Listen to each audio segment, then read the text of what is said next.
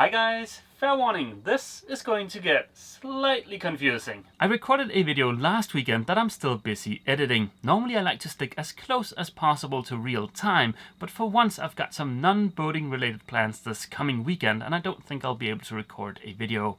So I recorded a video last weekend just to make sure that I'd have something to publish for you guys on Sunday.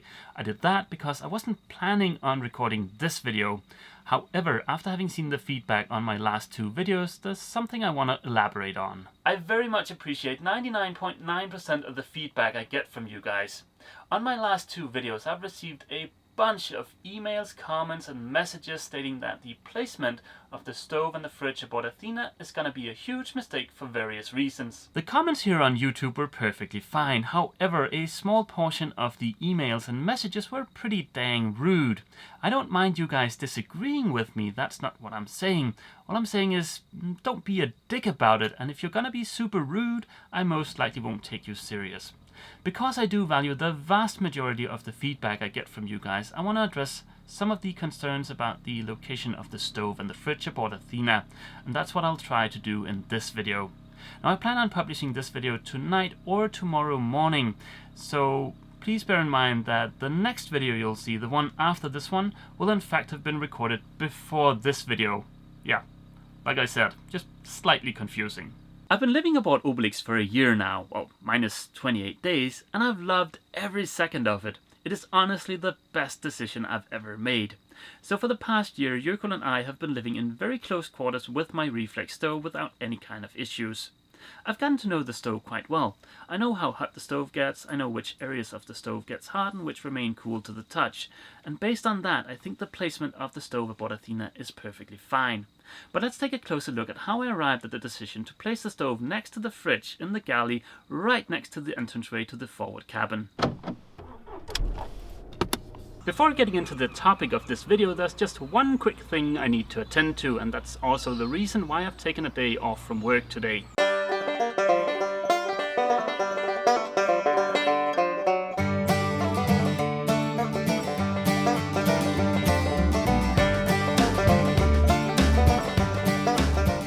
Ta-da! We've unstepped the mast, and if you're wondering why, well, I'll tell you in the next video. Before I get into the topic of this video, I'm just going to strip everything off the mast so that it's ready to be put away.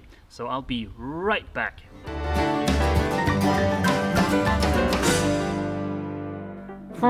Well, unstepping the mast and stripping it took about 2 hours longer than I had expected, but at least it's done and I can get on with the topic of this video. Although I haven't mentioned this on camera, I've actually spent quite a lot of time trying to figure out where to place the Refleks stove here aboard Athena.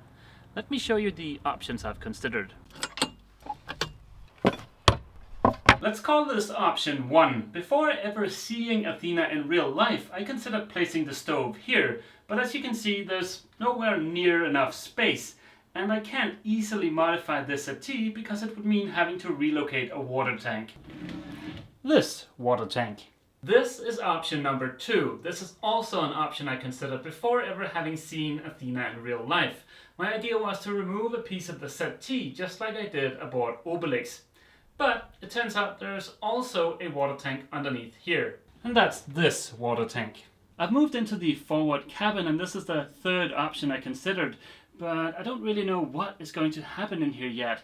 This area here might turn into a big queen-size berth, or it might turn into an office space. And considering how much time I'm going to be stuck behind a computer here aboard the boat, well, it might be nice to have somewhere comfortable to work from. So I don't want to limit my options by placing the stove in here, and also I really want the stove to be in the saloon. This is the fourth option, and again here the plan was to remove part of the settee just like I did aboard Refleks.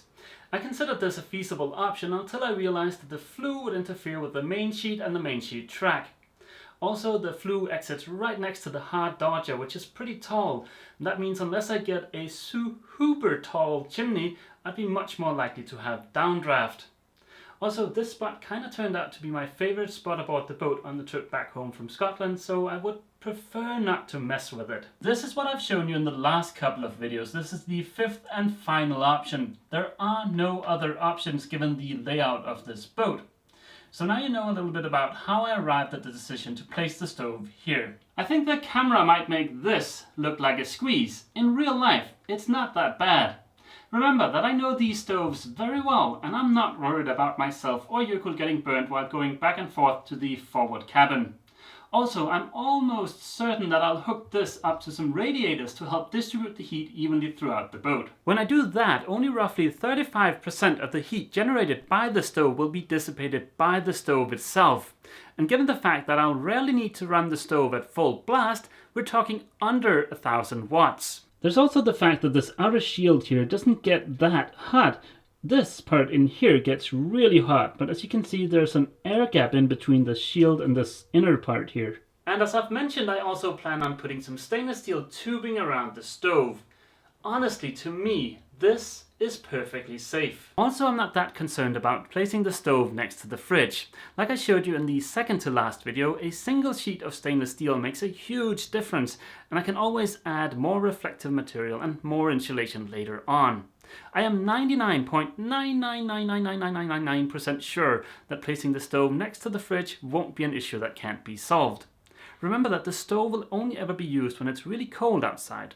The hull is solid fiberglass without any kind of insulation or coring.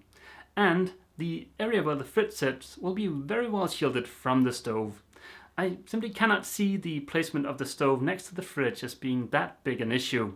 So once I've got everything hooked up, I'll put that to the test and I'll post a video about it. As for the placement of the fridge right here, I really like this spot, in part because this would otherwise be wasted space due to the placement of the stove, and also because I don't see a lot of use for this countertop area right here because, well, there's no standing headroom here. So one common concern seemed to be the fact that access to the fridge looked kind of awkward, but let's do a quick test. This is the box I've built for the fridge, and you guys will see me build this box in the video I publish on Sunday. Let's do a quick test to see if it's awkward to access the fridge. I'm at a comfortable distance to the stove. I do need to duck down a little bit because of the lack of standing headroom in here. But I can put my hand here on the countertop and put my weight on that hand, and I can lean into the fridge. Right now I'm touching the bottom of the fridge, and I don't know if this looks awkward on camera. To me it feels perfectly fine. And one thing's for sure, it's a heck of a lot better than what I've got aboard Obelix. I am so much looking forward to moving aboard Athena. It's gonna be a huge improvement in my day-to-day life. But yeah, like I just said, I'm good with the fridge situation. And as you saw when I showed you the options on where to place the stove, there aren't really anywhere else that I could place a fridge. So these settees here, they have water tanks inside of them. And the starboard side settee, well, due to the curvature of the hull, the fridge would end up having an internal volume of about this much, so that's not really an option either. But like I said, I'm good with the fridge situation. Let's get back to the placement of the stove. With the box for the fridge in place, it looks like I can move the stove a further 8 centimeters out towards the hull if I choose to. That would place the stove roughly here. I'm not sure you'll be able to tell on camera, but that gives me a ton of space to get past the stove. My only concern about moving the stove further out towards the hull is that it might make the countertop look kind of odd. But let's do a quick test with some cardboard. I don't think you'll be able to see the marks here on the cardboard, but I figured out how much of the cardboard countertop I need to remove in order to adhere to the safety regulations. So I was kind of skeptical about how that would look before building the mock-up out of cardboard, but I gotta say, I think that looks pretty dang good. Of course, this is only a quick mock-up. The final result will look a lot better. I'd love to hear what you guys think, so go ahead and leave a comment down below. There's a saying about all boats being compromises, and I think that saying kind of applies to this situation. What I'm doing here aboard Athena, at least in my eyes, is the best I can do given the layout of the boat. I mean, sure, if I was to tear out the entire interior of the boat, I might come up with something that's better. But I would kind of like to go sailing before I turn 100.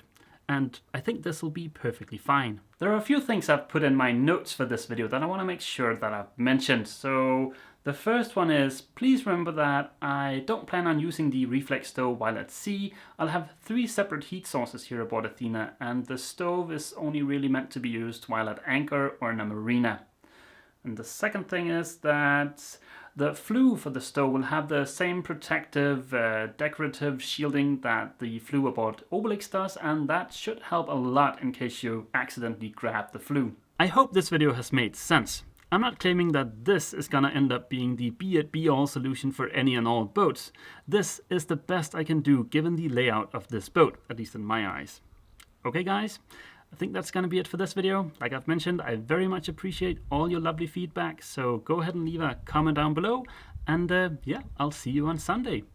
See you! Yukul and I hope you've enjoyed this video. For more videos like it, click subscribe. Please consider leaving a comment and a thumbs up. It really helps me a lot and I appreciate your support very much. If you're new to the channel, please check out the introduction playlist. If you want to watch every single video I've ever published, check out the playlist named All Videos. It contains every single video listed in chronological order.